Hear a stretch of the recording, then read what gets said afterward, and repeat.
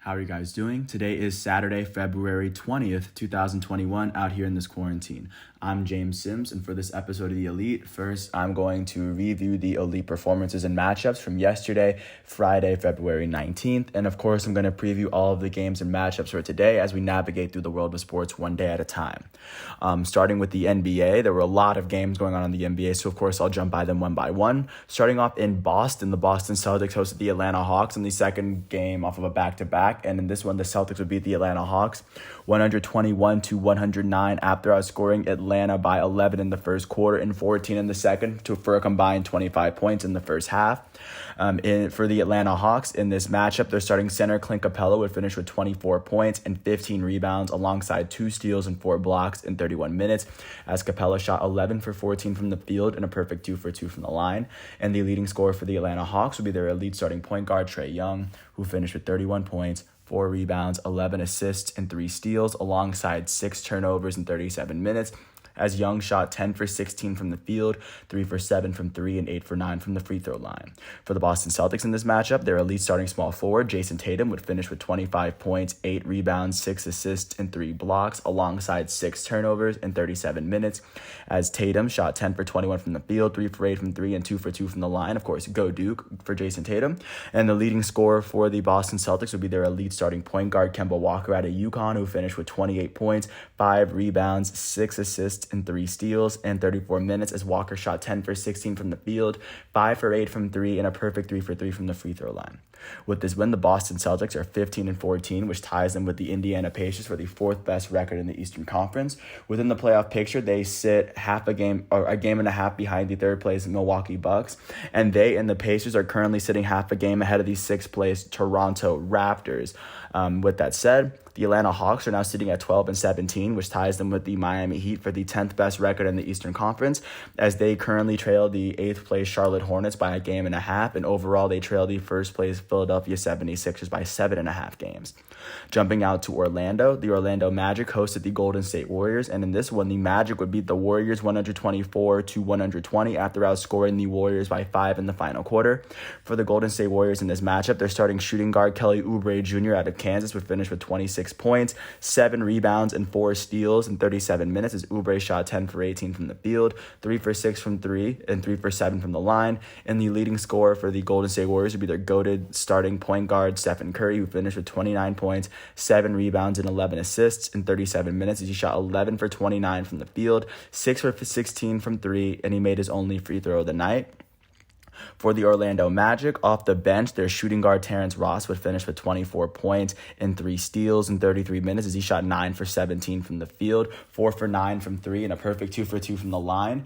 Their starting shooting guard Evan Fournier would finish with 28 points and 6 assists alongside 2 steals in 32 minutes, as Fournier shot 11 for 18 from the field, 5 for 9 from 3, and 1 for 2 from the line. And the leading scorer for the Orlando Magic will be their starting center, Nikola Vucevic, who finished with 30 points, 16 rebounds, and 10 assists in 39 minutes, as he shot 13 for 23 from the field, 2 for 8 from 3, and a perfect 2 for 2 from the line. With this win, the Orlando Magic are sitting at 12-18, which is the 4th worst record in the Eastern Conference, as they trail the 8th place Charlotte Hornets by 2 games in the Eastern Conference playoff picture, and overall they trail the 1st place Philadelphia 76ers by 8 games in total. With this loss, the Golden State Warriors sit at 16-14, which is the 8th best record in the Western Conference. Within the playoff picture, they are half a game behind the 7th place Denver Nuggets, and they are half a game ahead of the Memphis Grizzlies that are on the outside looking into the playoff picture.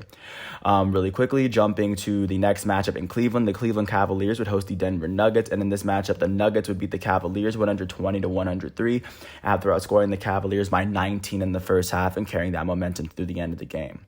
And the leading scorer for the Denver Nuggets would be their elite starting point guard Jamal Murray, who finished with 50 points on the night to help the Nuggets get their 16th win of the season. For some reason, the ESPN and NBA, neither of these websites have the stats for this game, but I do know that Jamal Murray dropped 50 in his game.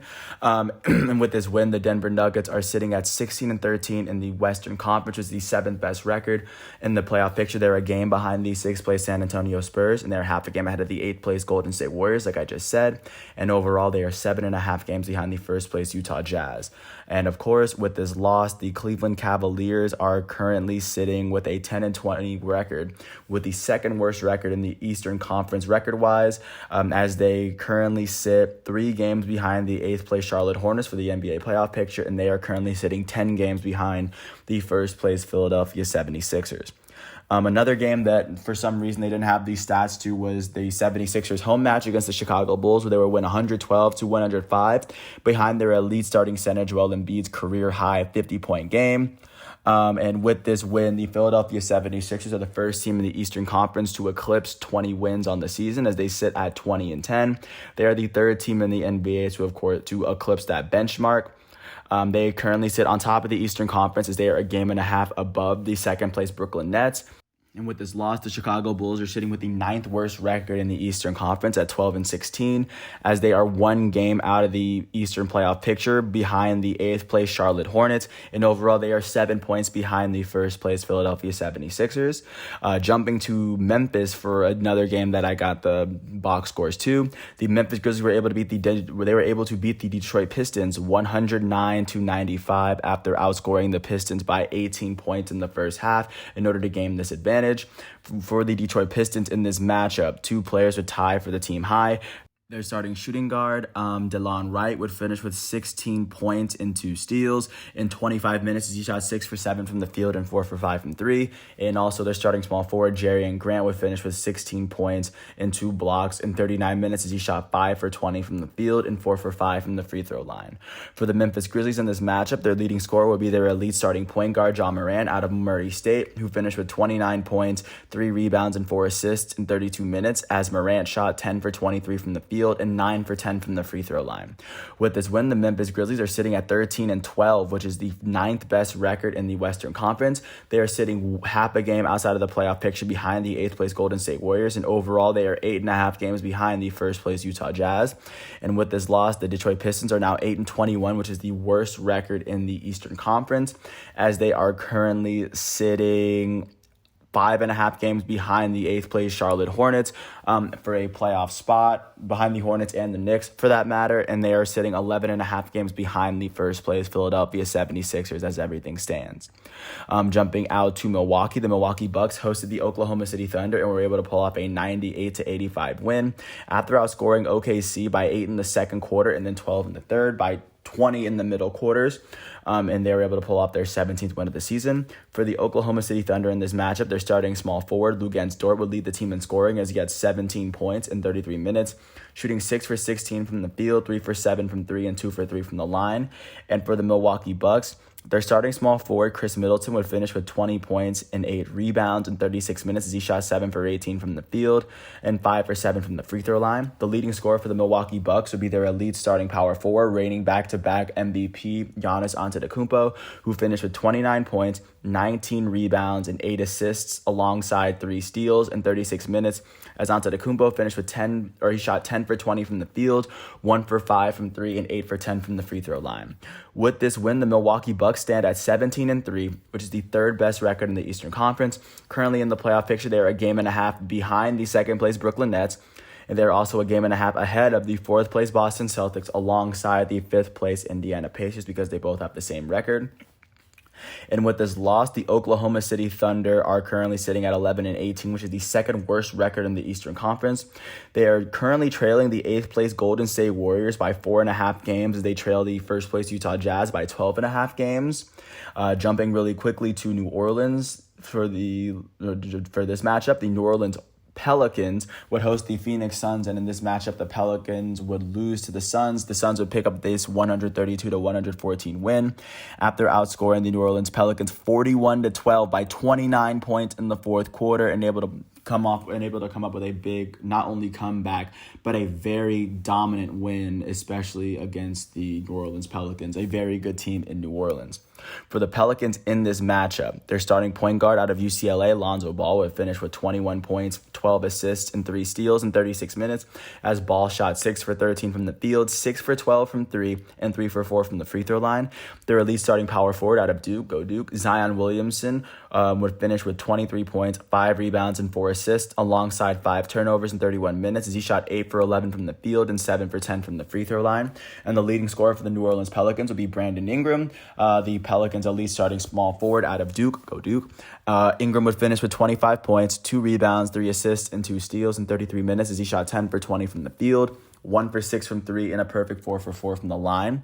For the Phoenix Suns, off the bench, their power forward, Jay Crowder, would finish with 20 points and 2 steals in 29 minutes, as he shot 7 for 9 from the field and 6 for 8 from 3. Their elite starting point guard, Chris Paul, would finish with 15 points, 4 rebounds, 19 assists, and 2 steals in 31 minutes, as Chris Paul shot 6 for 11 from the field and 3 for 5 from 3.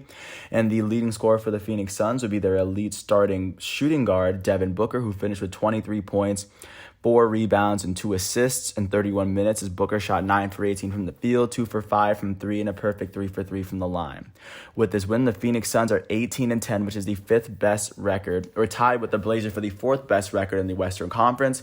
Within the playoff picture, they are 2.5 games behind the 3rd place Los Angeles Clippers, and they are a game and a half ahead of the 6th place San Antonio Spurs, as they are locked at the 4th. They are locked in the 4th and 5th spots with the Portland Trailblazers at the very moment.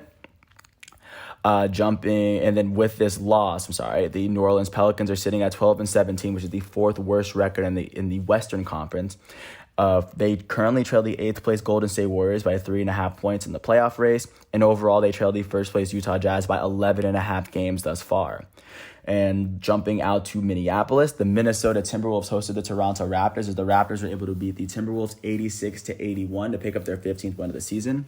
For the Minnesota Timberwolves, their leading scorer would be their elite starting center, Karl Anthony Towns, who finished with 19 points, 13 rebounds, and 4 assists, alongside 5 turnovers in 31 minutes, as he shot 8 for 13 from the field, 1 for 3 from 3, and 2 for 2 from the free throw line.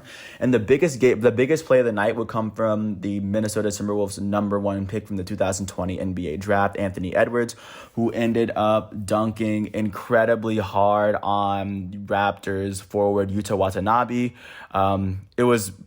If you have social media, I imagine it was all over it. That dunk was incredible. And of course, with all the incredible basketball being played tonight, that play will go down as the best one of the night. And for the Toronto Raptors in this matchup, their elite starting power forward, Pascal Siakam, would finish with 10 points, 9 rebounds, 6 assists, and 3 blocks in 35 minutes, as Siakam shot 4 for 10 from the field and 2 for 3 from the free throw line.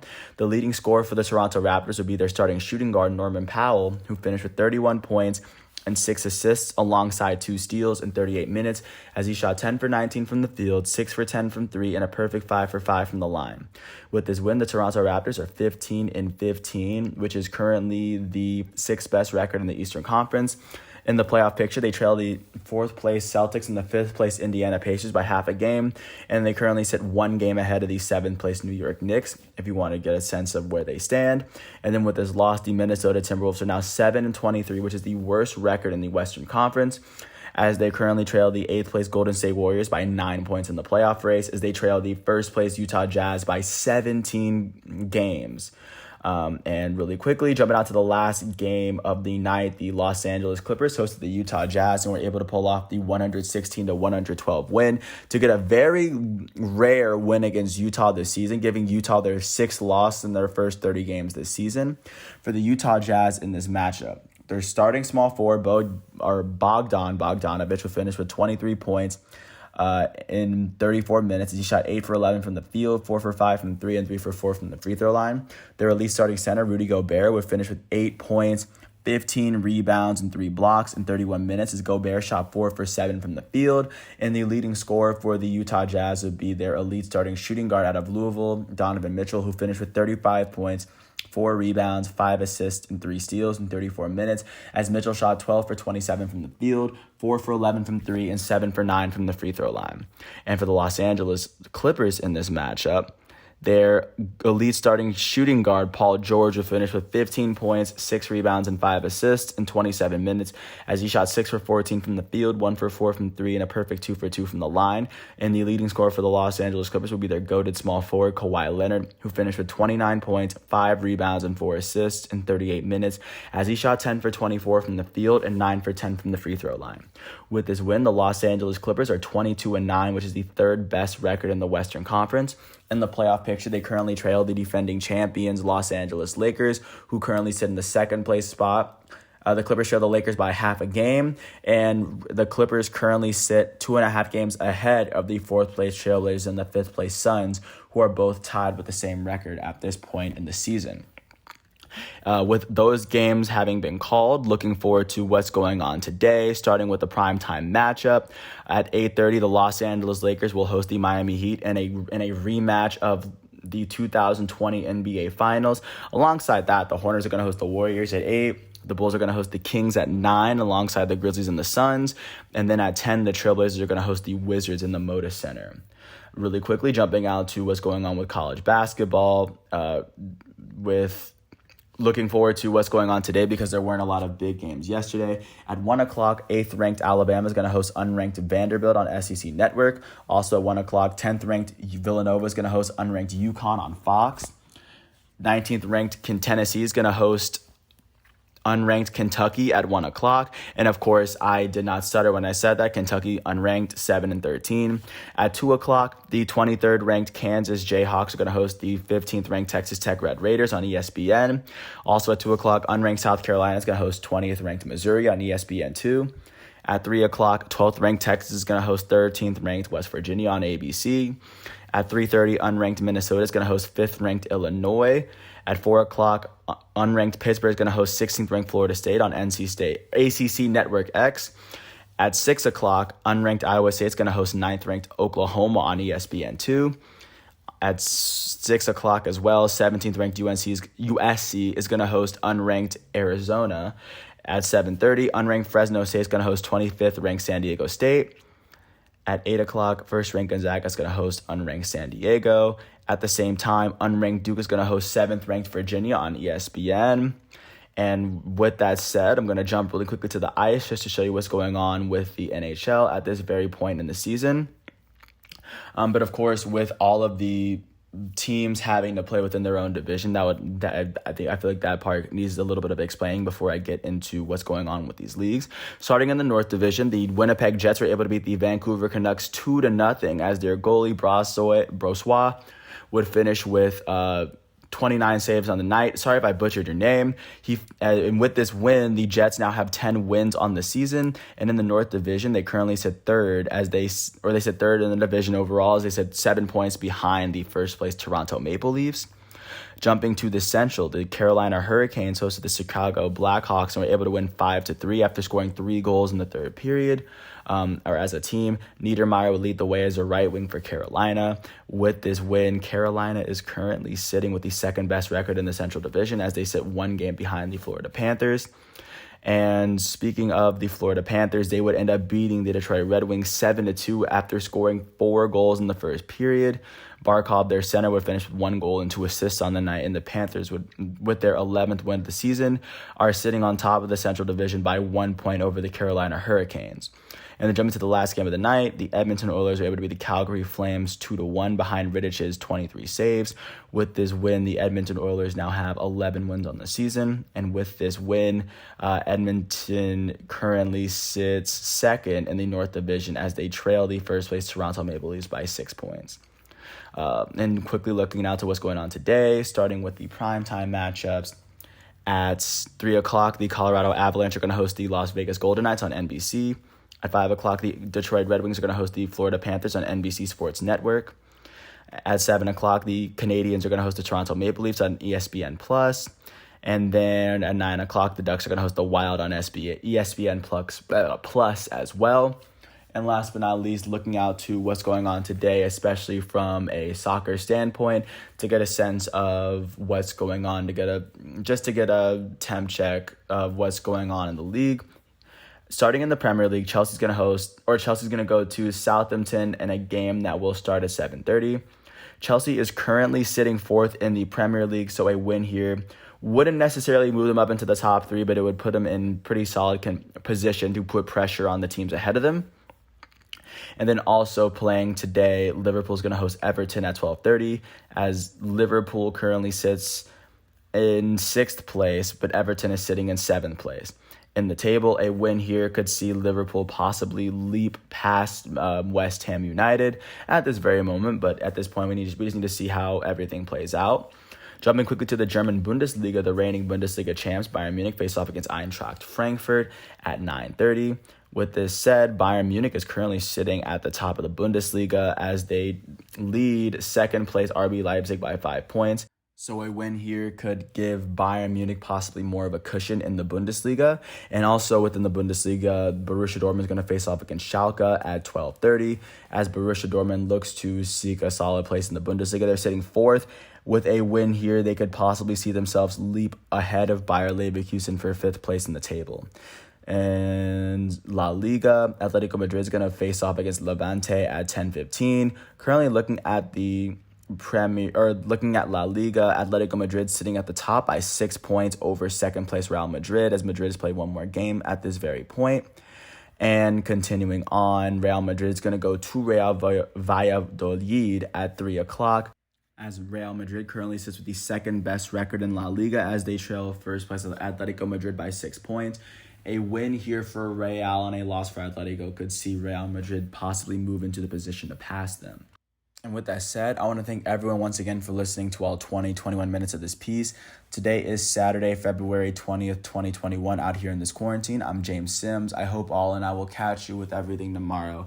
And additionally, following this episode, I do plan to do elite individual profiles on Justin Verlander, the go-to starting pitcher for the Houston Astros that turned 38 today, and Ciro Immobile, the elite starting striker for Lazio and Italy that turned 31. Once again, thanks everyone for listening to this piece. I hope all is well, and I'll catch you tomorrow. Bye-bye.